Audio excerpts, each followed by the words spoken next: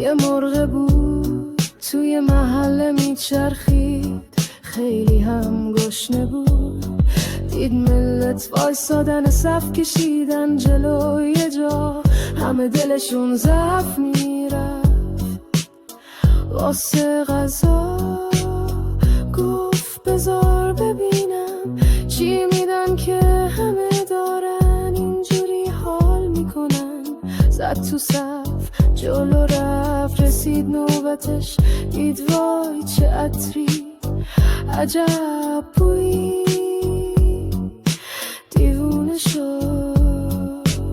سفارش داد یه سبد، گفت حالا که اومدیم بزنیم تو کارش. اولین لقمه رو زد، گفت خدایا این دیگه چیه، اصلا یه حالی داد که نگو. شروع کرد بخوردن، یه باله خورد یه رون سیر نمیشد. میگفت عجب مزهایی داره. رفیقش کنارش نشست، یکم عجیب نگاش کرد، گفت داداش حالت خوبه؟ داری چی میخوری؟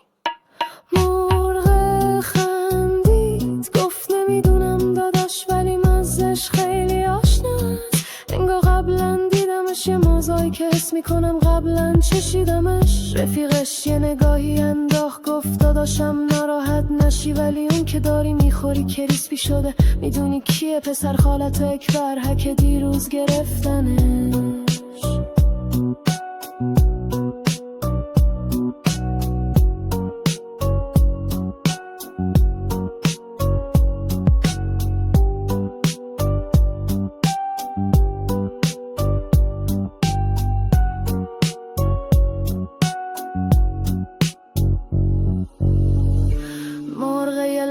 مکس کرد، لقمه تو گلوش گیر کرد. گفت یعنی چی؟ یعنی من الان دارم اکبر رو میخورم. گفتن آره، از وقتی که کیسپی مد شده مرغات دارن هم دیگه رو میخورن، همین زندگی ما شده.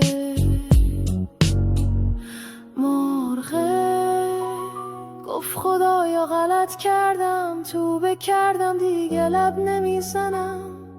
ولی یکم گذشت، گفت یه لحظه وایسا، حالا اکبر که رفت یه لقمه دیگه هم میخورم، خدا بیامرزتش.